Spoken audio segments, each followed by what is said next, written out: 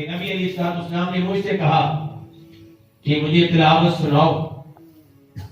میں نے کہا اللہ کے رسول علیہ السلام آپ کو میں تلاوت سناؤں جبکہ قرآن آپ ہی پہ نازل ہوا ہے؟ فرمایا ہاں میرا دل چاہتا ہے کہ میں کسی اور سے اللہ کا کلام سنوں. عبداللہ بن مسعود کہتے ہیں کہ میں نے سورہ نساء سے تلاوت کا آغاز کیا اور جب اس آیت پہ پہنچا فَكَيْفَ إِذَا جِئْنَا مِنْ كُلِّ أُمَّةٍ بِشَهِيدٍ وَجِئْنَا بِكَ عَلَى هَؤُلَاءِ شَهِيدًا. تو صورتحال یہ تھی کہ نبی علیہ السلام کی آنکھوں سے آنسو نکل رہے تھے.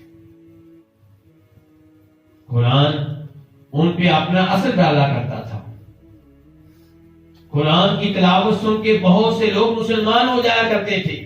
اسی لیے کہا کرتے تھے وقال الذين كفروا لا تسمعوا بهذا القرآن، کہ قرآن کی تلاوت نہیں سننی، کیونکہ تلاوت کرنے والا اس طریقے سے تلاوت کیا کرتا تھا کہ تلاوت لوگوں کے دلوں میں اتر جایا کرتی تھی، اپنا اثر ڈالا کرتی تھی. تلاوت کرنے والا توجہ سے تلاوت کرتا. آپ لوگوں نے شیخ شریف کی تلاوت سنی ہوگی کئی دفعہ.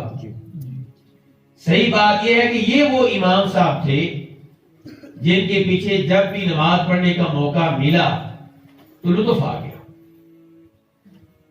جہنم کی آیتیں آتی، عذاب کی آیتیں آتی، فوراً ان کی آواز تبدیل ہو جاتی.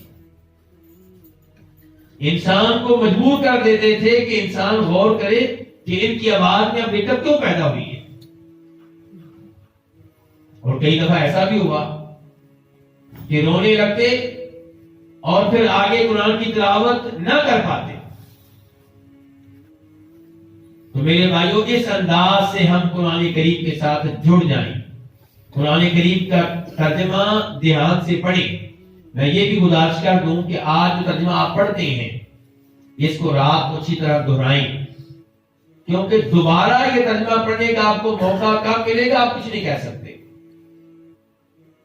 میں اپنا حال بیان کروں گا، اس سے آپ کو اندازہ ہو جائے گا کہ جو ترجمہ پڑھا تھا ان میں سے کئی صورتیں ایسی ہیں جن کا دوبارہ ترجمہ پڑھنے کا موقع نہیں ملا. خود کبھی درس دینا ہوا، کہیں تفسیر بیان کرنا ہوئی تو ان آیتوں کو کھولا، دوبارہ سے مطالعہ کیا. یہ تو ہو رہا ہے، لیکن باقاعدہ کلاس کے انداز میں پورا قرآن پڑھا جائے، پڑھایا جائے، پوری صورت پڑھی جائے، پڑھائی جائے، شاید زندگی میں دوبارہ آپ کو موقع نہ مل سکے. اس لیے ان مواقع کو غنیمت جانیں. اور یہ بھی گزارش کر دوں کہ شاید آپ کو اس انداز سے دوبارہ کہیں علم لینے کا بھی موقع نہ ملے. آپ کو نہیں پتا کہ آپ کے آئندہ حالات کیا ہوں گے.